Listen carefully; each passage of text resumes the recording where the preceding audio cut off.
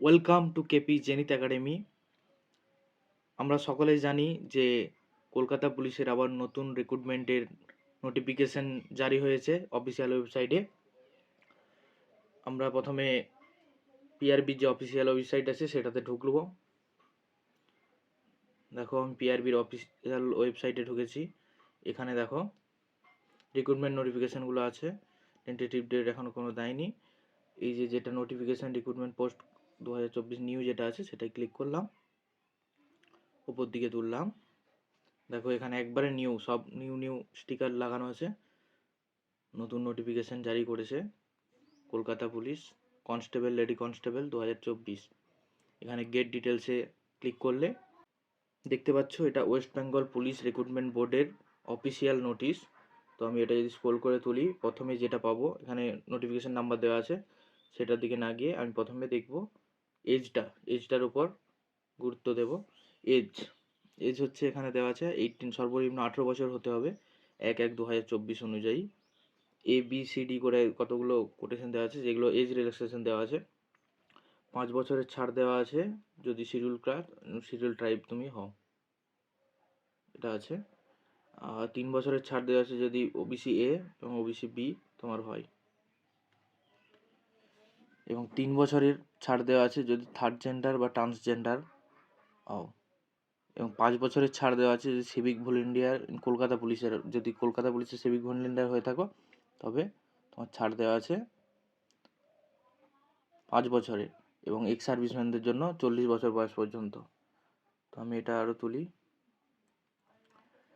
Education qualification আমরা সবাই জানি মাধ্যমিক পাস হলেই হবে, মানে কত নাম্বার পেয়েছো সেটা ভ্যারি করে না,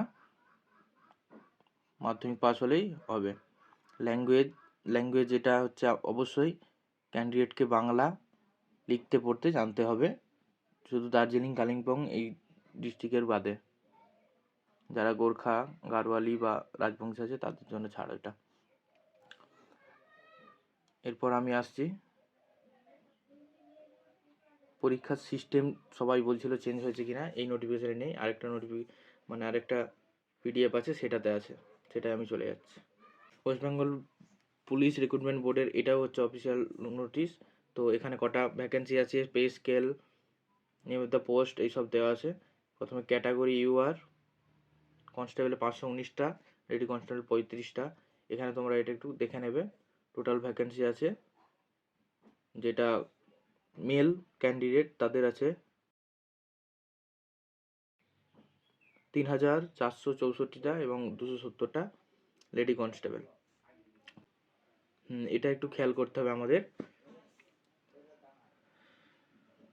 হ্যাঁ, গ্রাউন্ডটা নিয়েও আমাদের একটু খেয়াল করতে হবে যে আগে পরীক্ষা হবে না পরে পরীক্ষা হবে।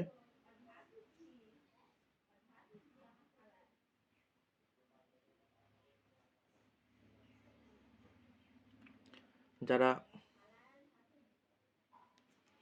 মিনিমাম ফিজিক্যাল মেজারমেন্ট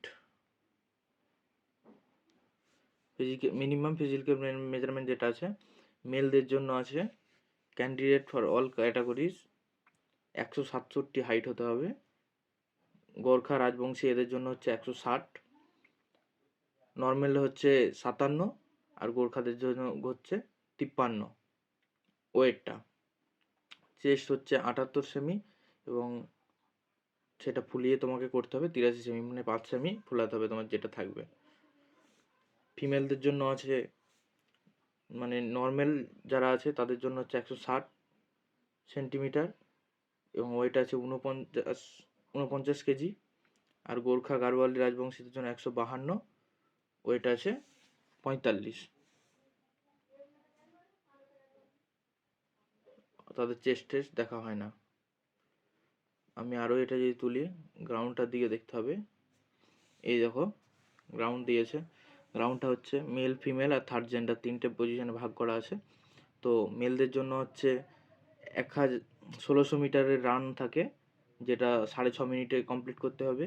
ফিমেলদের জন্য হচ্ছে 800 মিটারের রান থাকে, যেটা 4 মিনিটে কমপ্লিট করতে হবে। থার্ড জেন্ডারের জন্য 800 মিটারের রান, যেটা 3 মিনিট 30 সেকেন্ডে কমপ্লিট করতে হবে।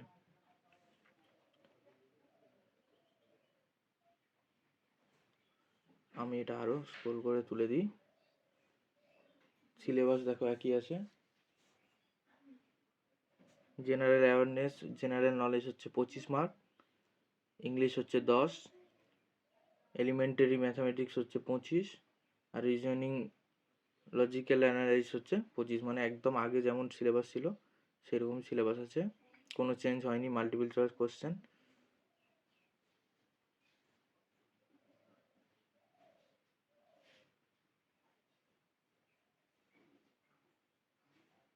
আর ইন্টারভিউতে 15 নাম্বার দেওয়া হবে। আরেকটা আছে এখানে, যেটা আগে যেভাবে পরীক্ষা নেওয়া হতো, প্রিলিমিনারি রিটেন টেস্ট প্রথমে, তারপর সেটাই তুমি পাস করতে পারলে গ্রাউন্ড করতে হবে। গ্রাউন্ড করার পর তোমাকে যে পাস হয়ে যখন যাবে তখন তোমার মেন্স দিতে হবে, মেন্সের পর ইন্টারভিউ। ঠিক আগে যেমন প্রসেস ছিল এক্সামের সেরমই আছে, সেটার জন্য কোনো চেঞ্জ হয়নি। তো ঝটপট সবাই পড়াশোনায় বসে পড়ো, প্রিপারেশন জোর কদমে চালিয়ে যাও, অনেকগুলো ভ্যাকেন্সি আছে। আর ভিডিওটা ভালো লাগলে অবশ্যই লাইক কমেন্ট শেয়ার করতে ভুলবে না। আর নোটিফিকেশনগুলি পাওয়ার জন্য আমাদের টেলিগ্রাম অফিসিয়াল টেলিগ্রাম চ্যানেলে যুক্ত হয়ে থাকো। ধন্যবাদ।